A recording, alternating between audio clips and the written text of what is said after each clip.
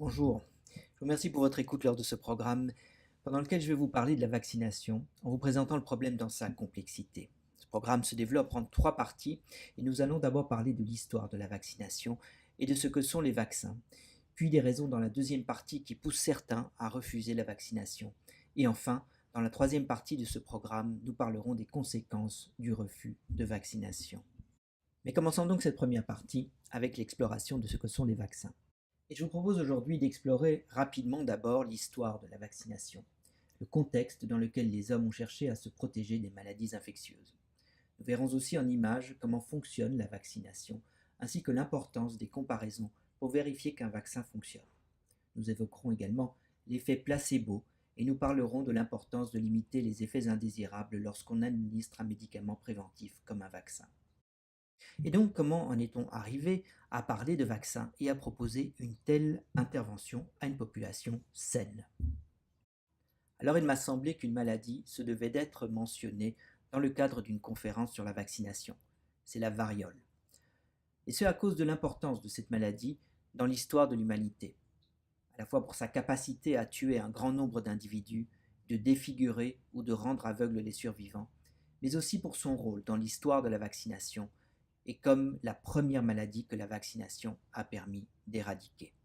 À titre de comparaison, avec ce graphique, la première colonne depuis la gauche est le nombre de morts dans le monde par la variole en 1967, soit environ 2 millions.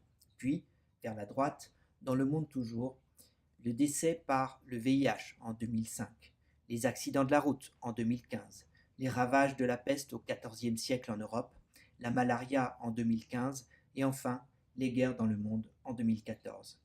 C'est la variole qui obtient la palme du nombre de morts. Dans ce contexte, on ne s'étonnera pas des tentatives de non seulement combattre, mais de prévenir cette maladie.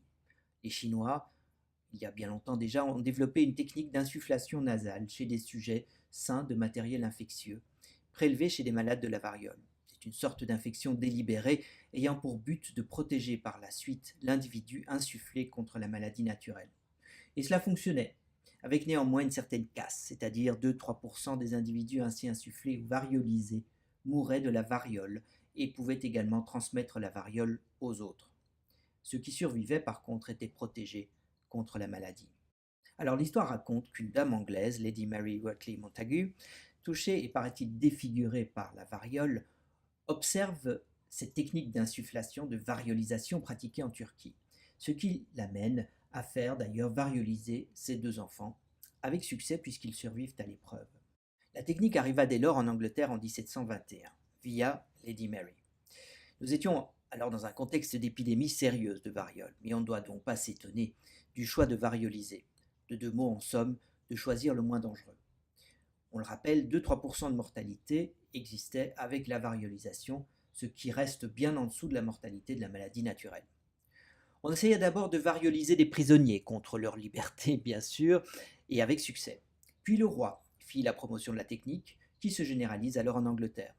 Non sans problème, puisqu'entre autres, un des fils du roi décède de la technique. Devant cette situation, l'opposition, bien sûr, à la variolisation grandit, et on le comprend. Le succès de la variolisation est bien sûr à mettre dans le contexte épidémique de l'époque et des balbutiements contemporains de la médecine scientifique. Par ailleurs, suite à l'épidémie de variole en Angleterre, on avait observé que la variolisation pouvait se faire sans risque chez ceux qui avaient contracté la vaccine. La vaccine est une sorte de variole affectant les vaches, mais peu grave pour les êtres humains. On savait aussi que les treilleuses de vaches qui avaient contracté la vaccine n'attrapaient jamais la variole, et d'ailleurs, elles étaient mises au service des malades de la variole suite à cela. Benjamin Jesty, un fermier de Yetminster, en voyant arriver la variole dans le voisinage, fit inoculer à sa femme et ses enfants du matériel purulent présent sur le pis de vache malade de la vaccine. Il les a fait vacciner. Et c'est dans ce contexte que Jenner et d'autres contemporains dans les années 1765-1795 ont fait l'hypothèse que le pus des pustules de la vaccine protège contre la variole. Jenner réalise alors une expérience absolument impensable aujourd'hui.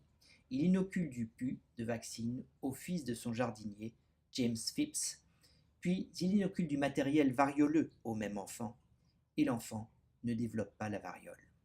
Alors voici pour illustrer quelques dessins de lésions de vaccine sur le pis d'une vache et aussi sur une main, probablement celle d'une treilleuse de vache. Alors on peut brièvement revenir au raisonnement de Jenner, tel que présenté ici dans Wikipédia. On savait que la variole était plus dangereuse que la variolisation, et que par ailleurs la vaccine était-elle moins dangereuse que la variolisation, et aussi que la vaccine protégeait contre la variole. L'idée à tester était donc que si un individu est infecté par la vaccine, il devient immun à la variole. Le test de cette idée, de cette hypothèse, est donc que si la variolisation d'un individu préalablement infecté par la vaccine ne mène pas à la variole, alors on peut déclarer l'immunité contre la variole chez cet individu. Et dans ce cas, on peut protéger contre la variole avec la vaccine, une alternative beaucoup plus sûre que la variolisation. Alors on peut rapidement illustrer la différence entre les deux techniques et aussi la maladie naturelle avec un contexte fictif mais néanmoins très familier. La variole arrive en Gaule et on dénombre déjà 20 000 cas et 8 000 morts, soit 40% de mortalité. Voyant venir la maladie, César décide alors de faire varioliser les soldats des camps retranchés dans le nord. 1000 soldats se font varioliser, 15 d'entre eux meurent de la variole, soit une mortalité de 1,5%. La variole arrive alors dans les camps et 200 des 500 soldats ayant refusé la variolisation meurent de la variole, soit une mortalité de 40%. Mais dans le petit village gaulois que nous connaissons bien, Panoramix fait vacciner ses co-villageois avec des extraits de la vaccine. Il n'y a aucun mort, et pas même Assurance Tourix, qu'on avait lui oublié, et on verra pourquoi plus tard, pourquoi il n'a pas été atteint par la maladie. Bon, et alors comment ça marche la vaccination? On ne connaissait pas les virus, les bactéries et le système immunitaire à l'époque de Jenner. On a découvert que cela marchait, mais on ne savait pas comment cela marchait. Je vous propose maintenant de vous montrer cela en quelques images, ce qui est une gageure sachant la complexité du système immunitaire et les zones d'ombre qui persistent dans la compréhension qu'on en a. Alors notre système de lutte contre les agressions extérieures est fait de 3 lignes de défense. D'abord une barrière physique permanente tout le long de ce qui est en contact avec le milieu extérieur, c'est-à-dire la peau, les muqueuses, de la bouche, de l'intestin et du système respiratoire. Ensuite, un système de réponse immédiate envers les agresseurs qui serait passé à travers la première ligne de défense. C'est le système immunitaire inné. Enfin, une troisième ligne de défense, plus lente à réagir, mais très spécifique contre un agresseur particulier. C'est le système immunitaire adaptatif. Alors voici déjà les acteurs que nous allons rencontrer ici et qui proviennent de la deuxième et troisième ligne de défense dont j'ai parlé. Et bien entendu, les agresseurs, les ennemis, les virus et les bactéries. Et puis aussi le rôle du vaccin dans ce système. Imaginons une agression par un virus. J'aurais pu dessiner également une bactérie. Les virus entrent par une brèche dans la peau, qui est la première barrière rompue, et très vite, les cellules du système immunitaire inné arrivent sur les lieux et commencent à avaler les virus qui envahissent leur environnement. Souvent, cette intervention est suffisante pour contenir l'infection, la brèche réparée et tout rentre alors dans l'ordre. Tout n'est cependant pas fini pour le système immunitaire parce que certaines cellules, les étoiles représentées sur le dessin, qui ont digéré le virus, vont alors migrer vers le lieu de la troisième ligne de défense, qui est le système immunitaire adaptatif, et vont alors présenter les morceaux du virus rencontrés précédemment aux cellules du système immunitaire adaptatif. Ces cellules, ici en rose, celles du système adaptatif, deviendront alors une armée de cellules spécifiquement actives contre le virus rencontré. Parmi elles, des cellules tueuses, des cellules productrices d'anticorps et des cellules mémoire qui peuvent persister pendant toute la vie de l'individu. Et lors d'une attaque suivante par le virus, même des années plus tard, le système adaptatif ainsi informé pourra réagir immédiatement, en aidant le système immunitaire inné et éviter ainsi que l'individu tombe malade. L'individu est désormais immunisé contre le virus ou la bactérie rencontrée précédemment. Alors tout cela est très beau, mais un autre scénario aurait pu se produire lors de la première rencontre avec le virus. Le système immunitaire inné aurait très bien pu être dépassé et le virus se répandre dans le corps avec des conséquences désastreuses pour l'individu infecté. Le système adaptatif n'a évidemment pas eu le temps dans ce cas d'entrer en scène. C'est ce qui arrive lors de maladies graves comme la variole ou la méningococcémie, ou encore la rougeole dans certains cas, pour prendre quelques exemples. Dans de tels cas, si le système adaptatif avait pu être informé des caractéristiques du virus à l'avance, il aurait pu de manière ciblée réagir à temps pour éviter cette situation grave. Et c'est exactement l'idée du vaccin. Créer une armée de cellules spécifiquement destinées à lutter rapidement contre un virus ou une bactérie. Et cela avant de risquer une rencontre dangereuse avec la maladie. Évidemment, en étant raisonnablement certain de ne pas causer la maladie contre laquelle le vaccin est administré. Pour cela, le principe est de donner au système immunitaire les informations de reconnaissance du virus ou de la bactérie et d'enlever toute la partie du virus qui lui permettrait de produire une maladie, tout en induisant une réponse immunitaire forte contre le virus ou la bactérie. En fonction des virus ou des bactéries, plusieurs techniques existent pour atteindre ce but. Un vaccin vivant mais dont l'agressivité a été atténuée, c'est le cas du vaccin contre la rougeole ou la fièvre jaune ou encore le premier vaccin contre la variole. Ensuite, un vaccin inactivé, par exemple un virus tué dénaturé par l'alcool, avec l'exemple de la poliomyélite. Un vaccin fait de sous-unités de virus ou de bactéries, donc des morceaux de virus ou de bactéries littéralement. Un vaccin ensuite fait à partir de la toxine atténuée de certaines bactéries, dit toxoïdes, ou encore un vaccin dit conjugué, c'est-à-dire qu'une protéine a été attachée à une partie de la bactérie pour induire une réponse immunitaire et une mémoire suffisante.